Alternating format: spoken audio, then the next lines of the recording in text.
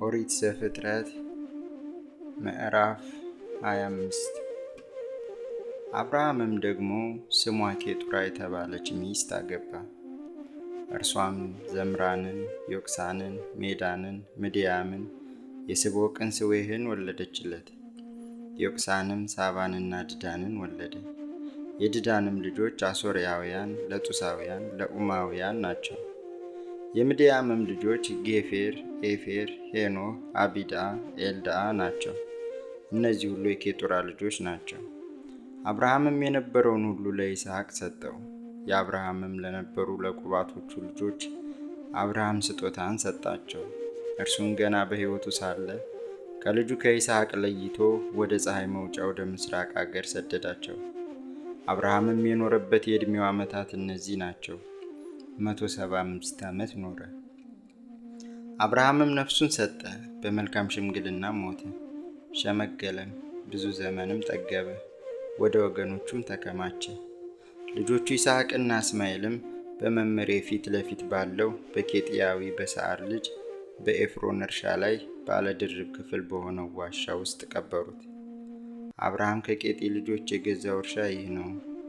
አብርሃምና ሚስቱ ሳራ ከዚያ ተቀበሩ። አብርሃምም ከሞተ በኋላ እግዚአብሔር ልጁን ይስሐቅን ባረከው። ይስሐቅም ብኤር ለሃይሮኢ ተብሎ በሚጠራው ምንጭ አጠገብ ኖረ።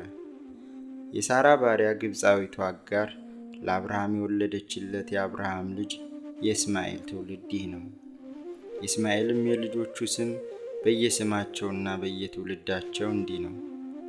የእስማኤል የበኩር ልጁ ነባዮት፣ ቂዳር፣ ነብዳኤል፣ መብሳም፣ ማስማ፣ ዱማ፣ ማሳ፣ ኩዳን፣ ቴማን፣ ኢጡር፣ ናፌስ፣ ቄድማ።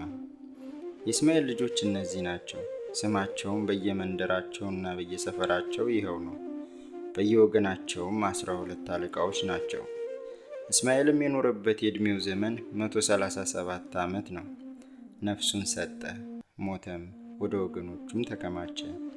መኖሪያቸውም ከኤውላጥ አንስቶ በግብፅ ፊት ለፊት እስከምትገኝ እስከ ሱር ድረስ ወደ አሶር በምትወስደው መንገድ ላይ ነበረ። እንዲህም በወንድሞቹ ሁሉ ፊት ተቀመጠ። የአብርሃም ልጅ የይስሐቅ ትውልድም ይህ ነው። አብርሃም ይስሐቅን ወለደ። ይስሐቅም 40 ዓመት ሲሆነው ርብቃን አገባ። እርሷም በሁለት ወንዞች መካከል ያለ የሶርያዊው የባቱኤል ልጅና የሶርያዊው የላባ እህት ናት። ይስሐቅም ስለ ሚስቱ ወደ እግዚአብሔር ጸለየ፣ መካን ነበረችና። እግዚአብሔርም ተለመነው። ርብቃም ሚስቱ ጸነሰች። ልጆቹም በሆዷ ውስጥ ይገፋፉ ነበር።